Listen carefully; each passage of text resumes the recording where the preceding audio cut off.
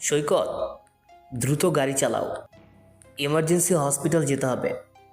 মেয়েটার শ্বাস মনে হয় আর একটু পরে বন্ধ হয়ে যাবে। এই ঢাকার রাস্তায় এই এক বিস্ময়কর সমস্যা। পাশের শর্টকাট রাস্তা দিয়ে চলো, যেভাবেই হোক হসপিটালে পৌঁছাতে হবে।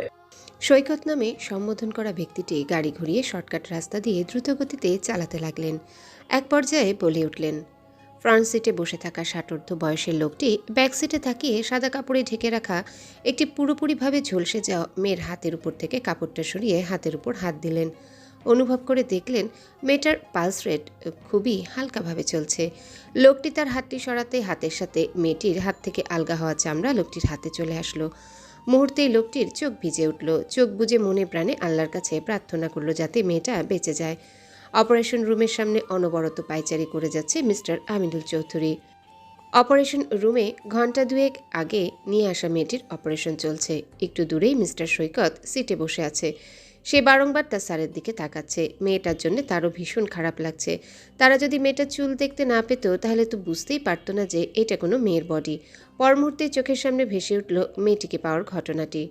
মিস্টার আমিনুল চৌধুরী একজন সফল ব্যবসায়ী। জন্মস্থান বাংলাদেশ হলেও বর্তমানে তার ব্যবসায়িক রাজত্ব লন্ডন।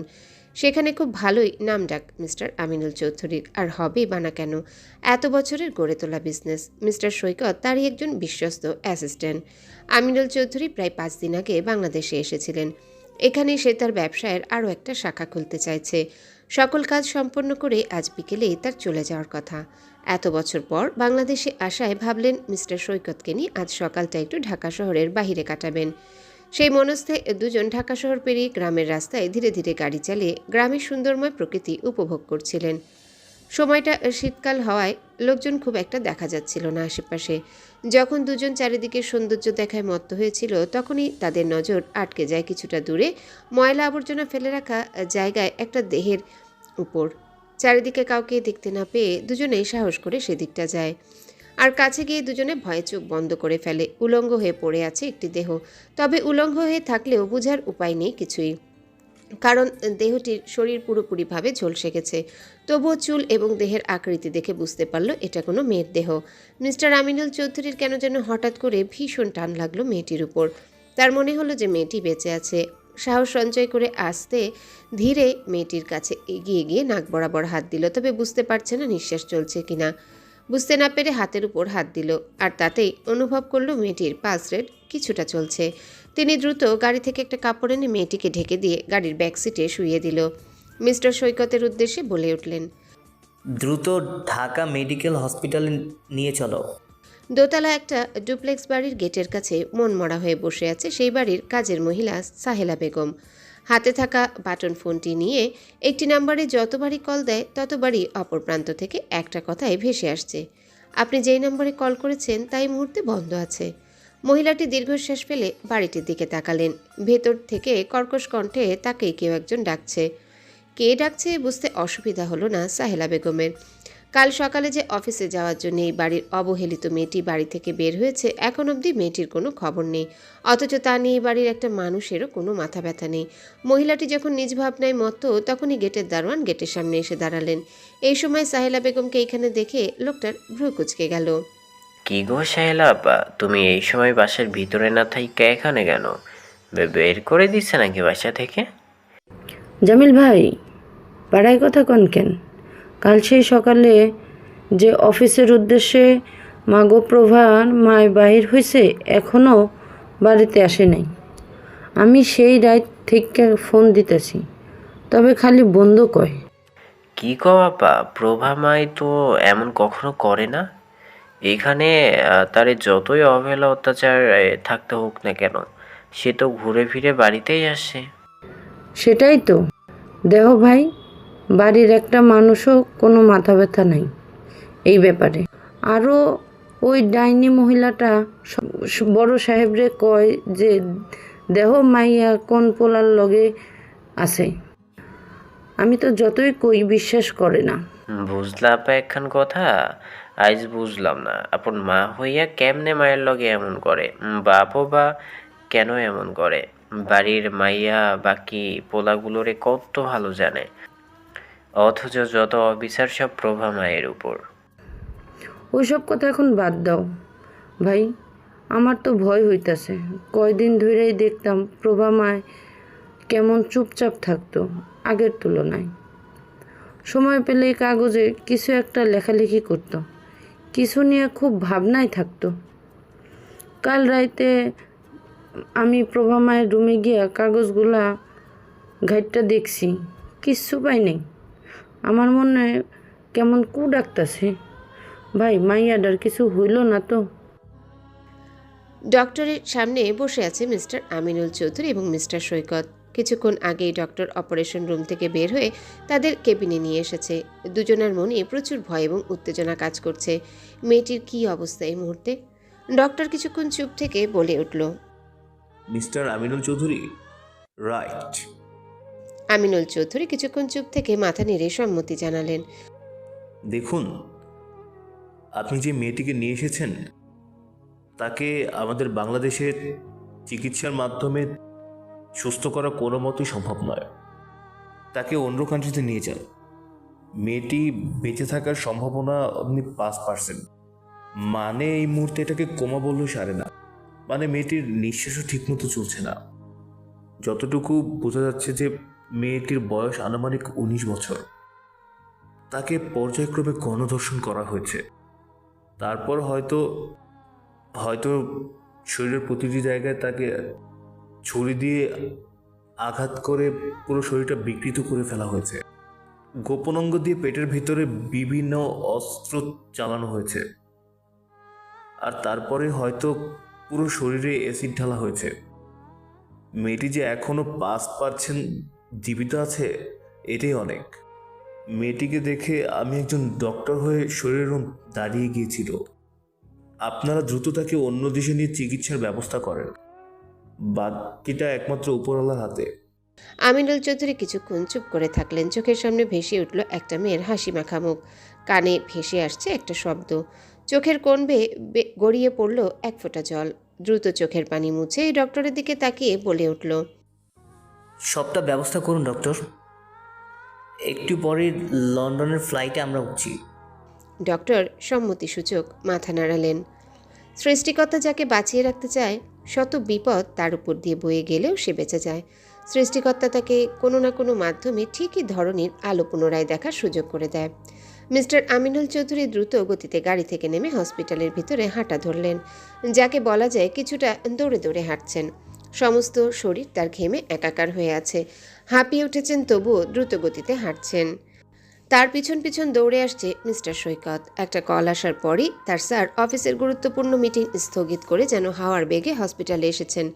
হসপিটালে আসতেই মিস্টার সৈকত কিছুটা আন্দাজ করতে পারলেন যে কেন তার স্যার মিটিং স্থগিত করেছেন। মিস্টার আমিনুল চৌধুরী দ্রুত গতিতে একটা কেবিনে ঢুকে ডক্টরের সামনে সোফায় ধপ করে বসে পড়লেন। ডক্টর মুখ গম্ভীর করে সেদিকটায় তাকিয়ে আছে। মিস্টার আমিনুল চৌধুরী হাঁপিয়ে ওঠা কণ্ঠে বলতে লাগলেন, সঞ্জু, এত আর্জেন্ট আসতে বললি যে? কি হয়েছে? আমার মেয়ে ঠিক আছে তো? ডক্টর মিস্টার সঞ্জন কিছু না বলে তখনও গম্ভীরভাবে মিস্টার আমিনুলের দিকে তাকিয়ে রইলেন। মিস্টার আমিনুল চৌধুরী তার প্রিয় বন্ধুর গাম্ভীর্যতা দেখে আরও ভয় পেয়ে গেলেন। এমনিতেই কিছুটা ভয় পেয়ে আছেন, কারণ মিটিংয়ের মাঝে হঠাৎ করেই ডাক্তার সঞ্জু তাকে ফোন দিয়ে আর্জেন্ট হসপিটালে আসতে বলেছেন। কি হলো? কিছু বলছিস না যে? বলছিস না কেন? ডক্টর সঞ্জু নিজের অভিনয় আর বেশিক্ষণ টিকিয়ে রাখতে পারলেন না। উচ্চস্বরে হেসে উঠলেন। হাসতে হাসতে বলে উঠলেন, রিল্যাক্স আমিনুল, এত ভয় পাওয়ার কিছু নাই। এই 2 বছর নিজেকে শক্ত রেখেছিস, অথচ এই সামান্য কারণে কিছু না শোনায় ভয় পাচ্ছিস। ভয় পাবো না? তুই চুপ করেছিলি কেন? আর আমার এভাবে আর্জেন্ট আসতে বললি কেন? আমার মেয়ের কিছু হয়নি তো? ঠিক আছে সে? কী অবস্থা এখন তার? আমি তো মিটিং শেষ করেই আসতাম। তোর জন্য খুব বড় একটা গুড নিউজ আছে। মানে? কিসের গুড নিউজ?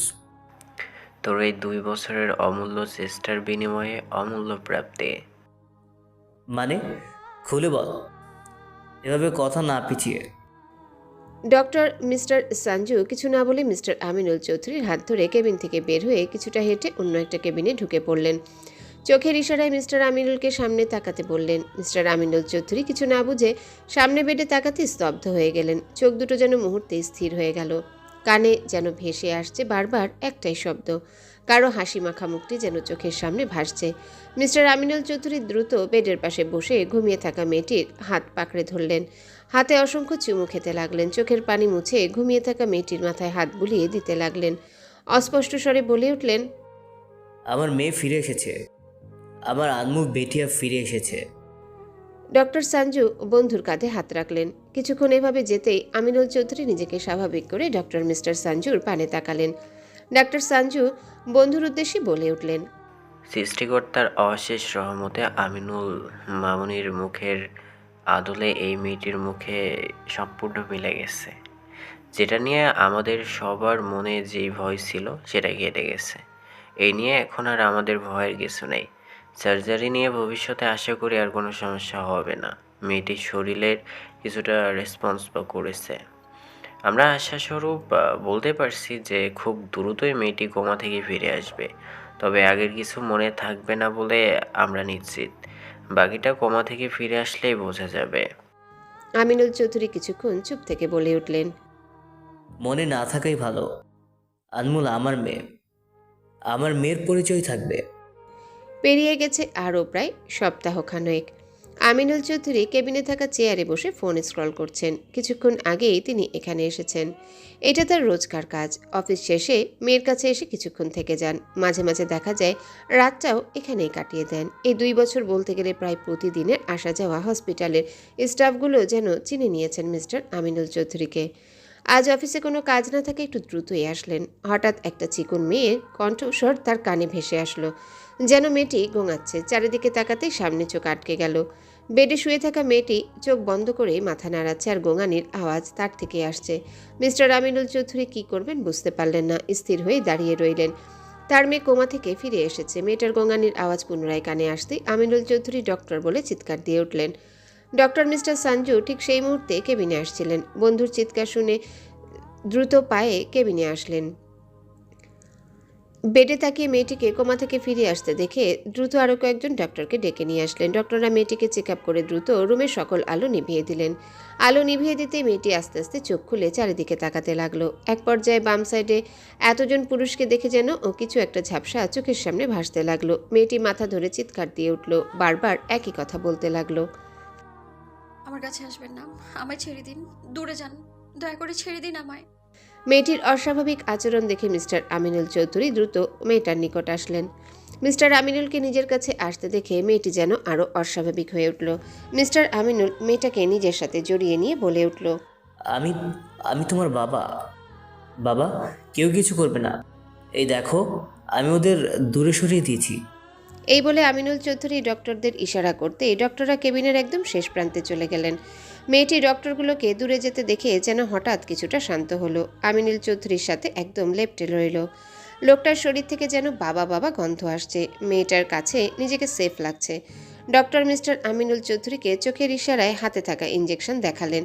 বুঝালেন যে ইঞ্জেকশন এখনই দিতে হবে। মিস্টার আমিনুল চৌধুরী কিছু একটা ভেবে মেয়েটার মাথায় হাত বুলিয়ে দিতে দিতে বলে উঠলেন, মা। মেয়েটা কিছু না বলে কেমন করে যেন আমিনুল চৌধুরীর দিকে তাকালেন। আমিনুল চৌধুরী জোরপূর্বক হেসে বলে উঠলেন, ওই লোকটা তোমার আঙ্কেল, খারাপ মানুষ নয়। তোমার ভয় লাগলে আমি কিছু মেয়েদের আনি। মেয়েটি কিছু বলল না। পুনরায় আমিনুল চৌধুরী সাথে লেপ্টে রইল। আমিনুল চৌধুরী বিভিন্ন কথায় মেয়েকে কথার দিকে আকৃষ্ট করে রাখলেন। আর সেই সুযোগে একজন ডক্টর মেয়েটির হাতে ইঞ্জেকশন পুশ করে দিলেন। মেয়েটি আস্তে আস্তে আমিনুল চৌধুরীর বাহুতেই ঘুমিয়ে পড়ল। আমিনুল চৌধুরী মেয়েকে বেডে ঠিকমতো শুইয়ে দিয়ে ডক্টরদের পানে তাকালেন। ডক্টররা হেসে এক একজন করে আমিনুল চৌধুরীকে জড়িয়ে ধরলেন। তাদের মধ্যে থেকে একজন বলে উঠল, উই আর সাকসেসফুল। এরকম পেশেন্ট শতকরা খুবই কম পেয়েছি। আমরাও ভাবতে পারিনি যে আমরা সাকসেসফুল হব আমাদের এই মিশনে। তবে আপনার ধৈর্যের প্রশংসা না করেই পারা যায় না মিস্টার চৌধুরী। আপনার চেষ্টা এবং ধৈর্য এত দূরে নিয়ে এসেছে। সাবধানে রাখবেন আপনার মেয়েকে। সে is now out of danger. কিন্তু তার পূর্ববর্তী জীবনে সব কিছু ভুলে গেছে, অর্থাৎ কিছুই মনে নেই, থাকবে না তার। আপনি তাকে কিছু জোরপূর্বক মনে করাতে যাবেন না। এইরকম পেশেন্টদের স্মৃতি ফিরে আবার ফিরেও না। সম্পূর্ণই উপরওয়ালার হাতে বাকিটা। তবে আগামী পরশু তাকে বাড়িতে নিয়ে যেতে পারবেন। ভালোভাবে কেয়ার করবেন। এই বলে সকল ডক্টর কেবিন থেকে বেরিয়ে গেলেন। বিশাল এক আলিশান রুমে ঠিক মাঝ বরাবর দাঁড়িয়ে আছে আনমোল। রুমটার চারিদিকে বারবার তাকাচ্ছে। রুমটি আনমোলের কাছে অনেকটা বড়ই মনে হচ্ছে। এক সাইডে দেয়াল জুড়ে বুকশেলফ, বইয়ে ভরপুর বুকশেলফটি। আনমোলের কাছে মনে হচ্ছে যেন আস্ত একটা লাইব্রেরিতেও এত বই থাকে কিনা সন্দেহ। বুকশেলফ থেকে চোখ সরিয়ে পাশের দেয়ালে তাকাতেই চোখ আটকে যায় তার কতকগুলো ছবির উপর। ছবিগুলো তারই। আনমনি ছবিগুলো দেখতে দেখতে হঠাৎ চোখ আটকে যায় একটা ছবিতে আনমোল কয়েকজন ছেলে মেয়েদের সাথে দাঁড়িয়ে আছে। প্রত্যেকের পোশাক একই রকম, যেন কোনো পেশাকে ইঙ্গিত করছে। আনমোল কিছুক্ষণ ভাবার চেষ্টা করলো, তবে কিছুই মাথায় আসছে না। বরং এই 2 দিন চোখের সামনে ঝাপসা ঝাপসা যাই দেখতো, এখন যেন সেগুলো আস্তে আস্তে ভুলে যাচ্ছে। ছবিগুলোর দিকে পুনরায় পূর্ণ দৃষ্টি স্থাপন করলো। ছবিগুলোতে থাকা ছেলে মেয়েগুলোকেও চিনতে পারছে না। নিজের ছবির দিকে ভালোভাবে তাকাতেই পোশাকে থাকা নাম প্লেটের উপরে লেখা নামটিতে চোখ আটকে গেল। Senior inspector Anmol Chaudhary. আনমোলের চোখ বড় বড় হয়ে গেল। ইন্সপেক্টর, তাও সে? আর কিছু ভাবতে পারল না। কিছু ভাবতে গেলেই যেন মাথা ব্যথায় চারিদিক অন্ধকার দেখে। ঠিক তখনই একজন বৃদ্ধ মহিলা কফির মগ হাতে নিয়ে রুমে প্রবেশ করলো। আনমোলকে ছবির দিকে তাকিয়ে থাকতে দেখে হেসে উঠল। চোখে থাকা মোটা ফ্রেমের চশমাটা ঠিক করে আনমোলকে উদ্দেশ্য করে বলে উঠল, কি বুড়িয়া, রুম দেখছিলেন নাকি? তোমার রুম কিন্তু একদম আগের মতোই রেখে দিয়েছি। তুমি তো আবার অল্পতে রেখে যাও, তাই কিছুই চেঞ্জ করিনি। আনমোল মহিলাটিকে দেখে নিজেও মুচকি হাসল। মহিলাটির কাছে এসে কফির মগটা নিজের হাতে নিয়ে নিল। কফিতে চুমুক দিয়ে বলে উঠল, মিসেস বুড়িয়া, রুম তো ঠিক আছে, যদিও আমার কিছু মনে নেই। তবে এই ছবিগুলোতে এরা কারা আমার সাথে? আর ইন্সপেক্টর আনমোল চৌধুরী মানে? মহিলাটি হেসে বলে উঠল, সবটাই তোমার বাবাই বলবে তোমায় বুড়িয়া, তুমি একদম ভেবো না এইসব ব্যাপারে। তবে এরা হচ্ছে তোমার প্রাণপ্রিয় বন্ধু, যাদের জন্য তুমি জীবন দিতেও রাজি। ছবিতে ভালোভাবে খেয়াল করো, নামগুলোও বুঝতে পারবে। আনমোল কফি খেতে খেতে পুনরায় ছবিগুলোর দিকে তাকালো। কিছুক্ষণ যেতেই মহিলাটির উদ্দেশ্যে বলে উঠল, তুমি কিন্তু একটা ধন্যবাদ প্রাপ্য। এই সময় আমার কফিটা প্রয়োজন ছিল। এমনি এমনি কি আমার চুল পেকে গেছে নাকি বুড়িয়া? আমি জানতাম তুমি রুমে এসে আজগুবি ভাবনা চিন্তা করবে আর আর মাথা ব্যথা উঠাবে। আনমোল কিছু না বলে হেসে উঠল। ঠিক তখনই নিচ থেকে মিস্টার আমিনুল চৌধুরীর কণ্ঠ ভেসে আসলো, আনমুল বেটিয়া, কোথায় তুমি? আনমুল? আনমোল বুঝতে পারল তার বাবা এদিকটায় আসছে। আমিনুল চৌধুরী রুমে এসে দুজনকে একসাথে দেখে মিথ্যে রাগ দেখিয়ে বলে উঠল, বাহ, দুজন এখানে? আমি যে দেখেছি তার কোনো মূল্য নেই বুঝি? আনমোল হেসে বাবাকে এক হাত দিয়ে জড়িয়ে ধরে বলে উঠল, না বাবা, সেরকম কিছু না। ভাবলাম তুমি তো এই দিকটা আসছোই। আনমোল চৌধুরী নিজেও হেসে উঠলেন। মেয়ের চোখ ধরে বলে উঠলেন, আচ্ছা নিচে চলো এভাবে আমার সাথে, তোমার জন্য সারপ্রাইজ আছে। কিসের সারপ্রাইজ বাবা? নিচে চলো, তখনই বুঝবে। এই বলে আমিনুল চৌধুরী আনমোলকে নিয়ে নিচে বিশাল বড় ড্রয়িং রুমে আসলেন। কয়েকজনকে ইশারায় কিছু একটা বলে কিছুক্ষণ পর আনমোলের চোখ ছেড়ে দিলেন। আনমোল চোখ পিটপিট করে সামনে তাকাতে কিছুটা অবাক হলো। তার সামনে কয়েকজন ছেলে মেয়ে মুখের উপর তার ছবি ধরে রেখেছে। আনমোল ভ্রু কুঁচকে বাবার দিকে তাকালো। আমিনুল চৌধুরী হেসে বলে উঠলেন, এবার ছবিগুলো সরাও তোমরা। একে একে সবাই মুখের উপর থেকে ছবি সরাতেই আনমোল অবাক হয়ে গেল। কিছুক্ষণ আগেই তো এদের ছবি দেখেছিল, এরা তার বন্ধু। নিজের অজান্তেই মুখে হাসি ফুটে উঠল। সামনে দাঁড়িয়ে থাকা ছেলে মেয়েগুলো কিছুক্ষণ পলকহীন আনমোলের দিকে তাকিয়ে রইল। এক পর্যায়ে একসাথেই সবাই আনমোলের উপর হামলে পড়ল। আনমোল এরকম ঘটনার জন্য একদম প্রস্তুত ছিল না। ভর সামলাতে না পেরে পিছনে থাকা ডিভানের উপর ওদের নিয়েই বসে পড়ল। আমিনুল চৌধুরী চোখ বড় বড় করে সবার দিকে তাকিয়ে রইলেন। আসার সময় এদের কতবার করে বলা হয়েছে যাতে উত্তেজিত না হয়। এরকম হামলে পড়লে তো তার মেয়ের ক্ষতি হবে। অবশ্য তার মেয়ে আনমোল যে ছিল এদের প্রিয় কলিজার বন্ধু। এদের বন্ধুত্ব এরকম ছিল যে একজন একজনের জন্য জান দিয়ে দিতে রাজি ছিল। প্রিয় বন্ধুর মৃত্যুতে এরা সবাই অনেক ভেঙে পড়েছিল। তাই তো এখন বন্ধুর মতো একজনকে দেখতে পেয়ে আর নিজেদের ধরে রাখতে পারল না। আমিনুল চৌধুরী গলা খাকারি দিয়ে উঠলেন। আমিনুল চৌধুরীর হুঁশিয়ারি কণ্ঠ শুনতে পেয়ে সবাই হুড়মুড় করে আনমোলের উপর থেকে উঠে পড়ল। আসলেই তারা যেন একটু আবেগপ্রবণ হয়ে গেছে। ওদের উঠতেই আমিনুল ওদের উঠতে আনমোল জোরে নিঃশ্বাস নিল। আসলেই কষ্ট হচ্ছিল তার। সবার দিকে তাকাতেই দেখলো সবার চোখে পানি। বুঝতে পারলো তাকে দেখেই এরা আবেগপ্রবণ হয়ে গেছে। কিছুক্ষণ চুপ থেকে বলে উঠল, সাচিন, পায়েল, তোরসা, এঞ্জেলিক, এলিনা, প্রীতম, আরিয়া, রাইট?